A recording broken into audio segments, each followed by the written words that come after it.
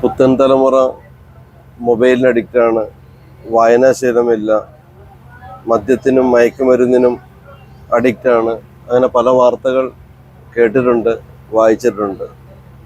പക്ഷേ ഈ ഒരു യാത്ര ഒരുപാട് സന്തോഷം നൽകിയതായിരുന്നു.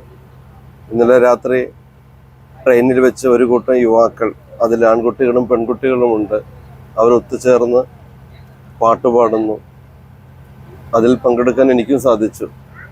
ഇന്നുള്ള യാത്രകളിലും ഇതുപോലെ പ്രകൃതിയെ അറിഞ്ഞ്, നാടിനെ അറിഞ്ഞ്, പാട്ടുപാടി, പുസ്തകം വായിച്ച്, നല്ല കാഴ്ചകൾ കണ്ട്, അതെല്ലാം ഉൾക്കൊണ്ട് മനസ്സിൽ സന്തോഷം നിറച്ച് പ്രതീക്ഷയുള്ള ഒരു യുവതയെ ഞാൻ കണ്ടു. ഒത്തിരി പ്രതീക്ഷ നൽകുന്ന ഈ യാത്ര നിങ്ങൾക്കായി സമർപ്പിക്കുന്നു. ഓരോ മക്കളെയും മൊബൈലിൻ്റെ പുറത്തേക്ക് കൊണ്ടുവരുന്നതിന് വേണ്ടിയിട്ട് യാത്ര ചെയ്യാൻ അനുവദിക്കൂ, പന്ത് കളിക്കാൻ അനുവദിക്കൂ, എഴുതാനും വായിക്കാനും കൊച്ചു കൊച്ചു കവിതകൾ കുറിക്കാനൊക്കെ അവരെ പ്രോത്സാഹിപ്പിക്കൂ. അവരും അഡിക്റ്റ് എന്ന രീതിയിൽ നിന്ന് പുറത്തേക്ക് വരട്ടെ. Be happy.